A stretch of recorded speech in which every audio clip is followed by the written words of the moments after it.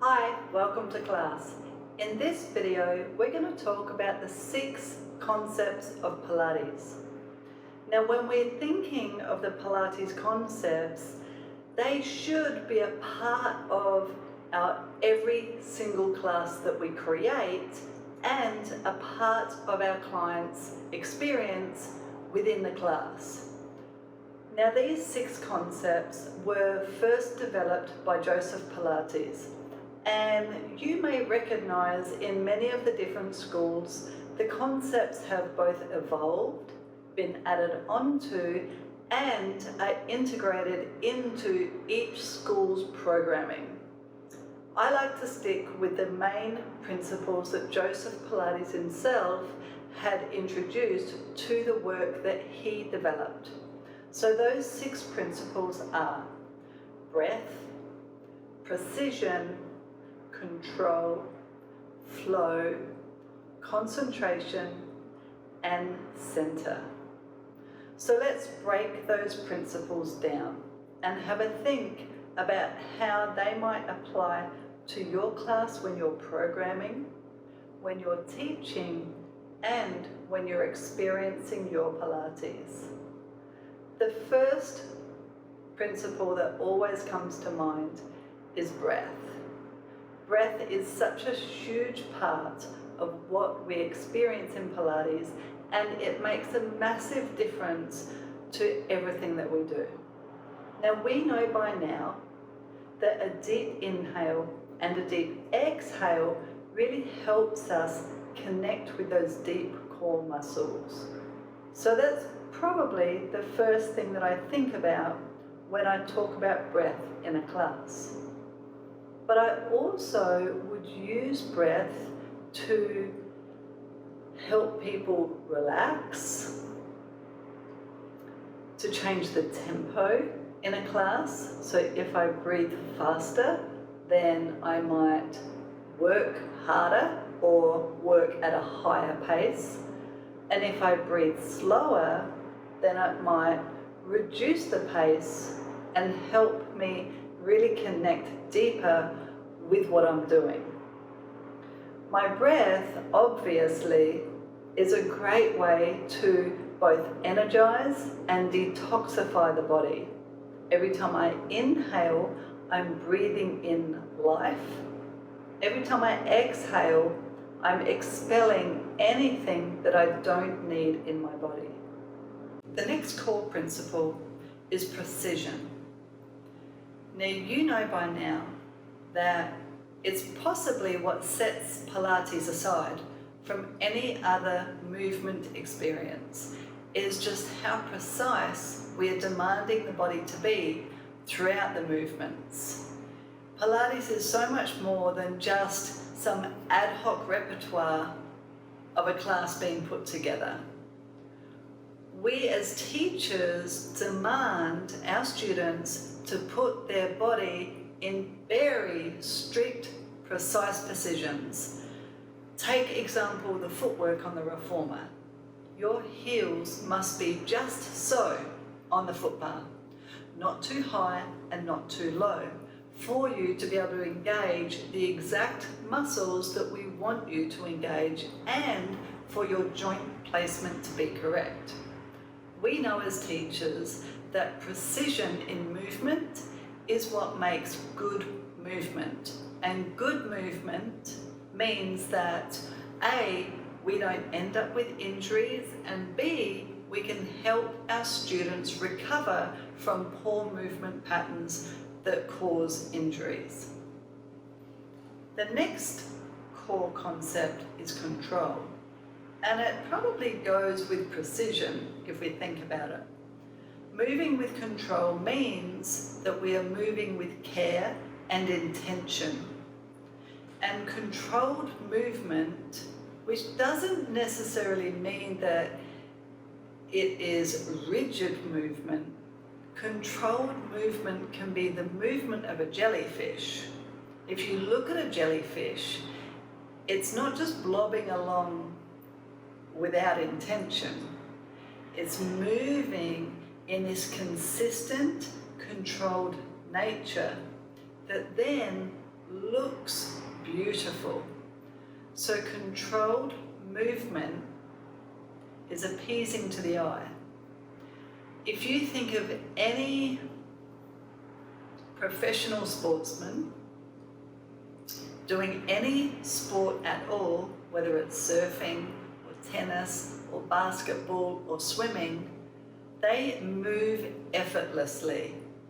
And moving effortlessly takes great control.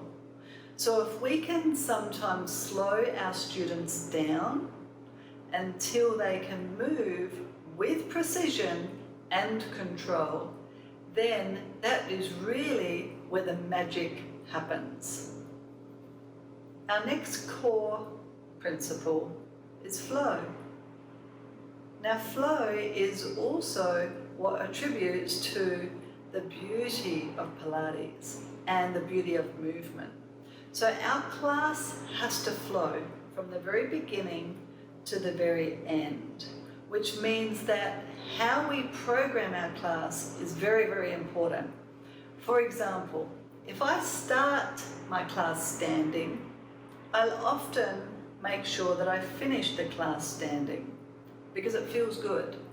Or if I want to do 3 or 4 exercises throughout the class that require me to sit on the box, then I possibly put all of those exercises within the same part of the class so that I'm not getting on the box, getting off the box, getting back on the box, which is kind of too much chopping around.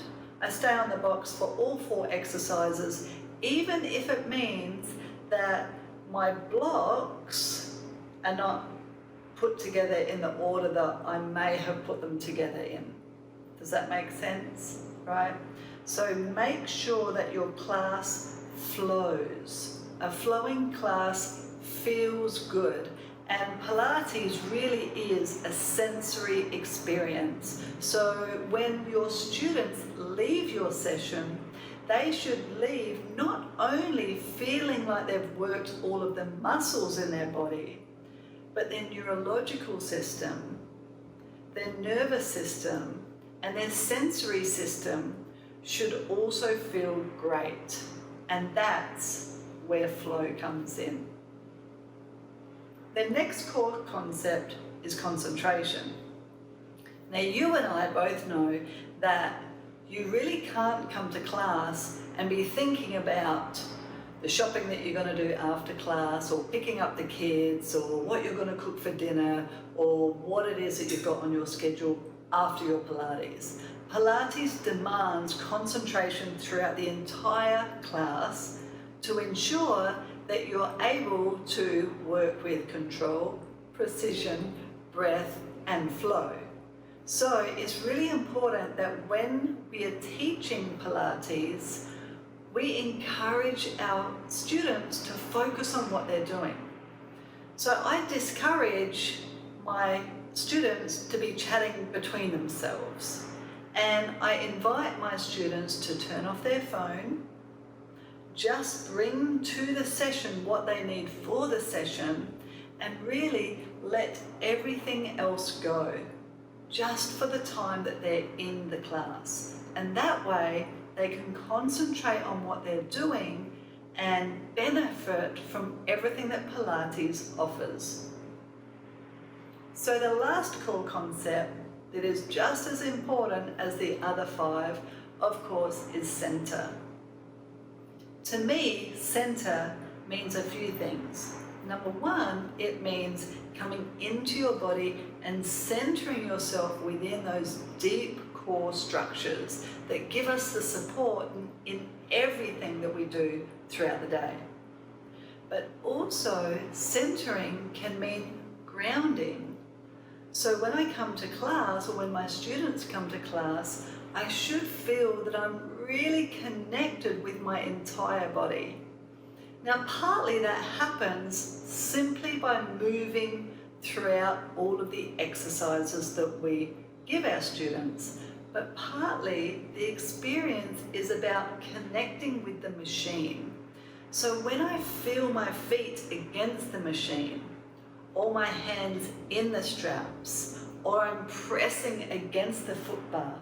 That all helps my body feel connected and centered.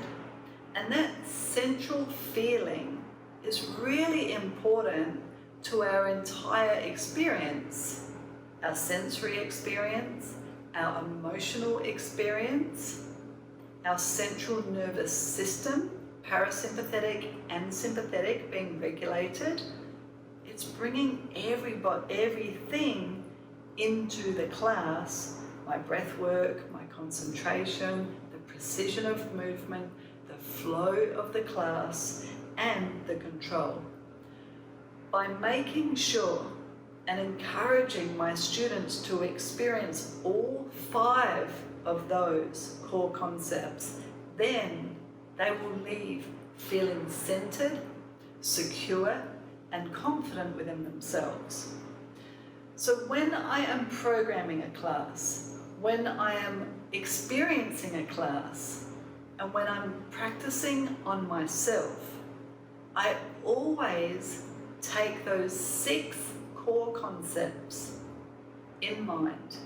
And maybe I either focus on 1 or 2 of the core concepts, or I play around with every single core concept within the class.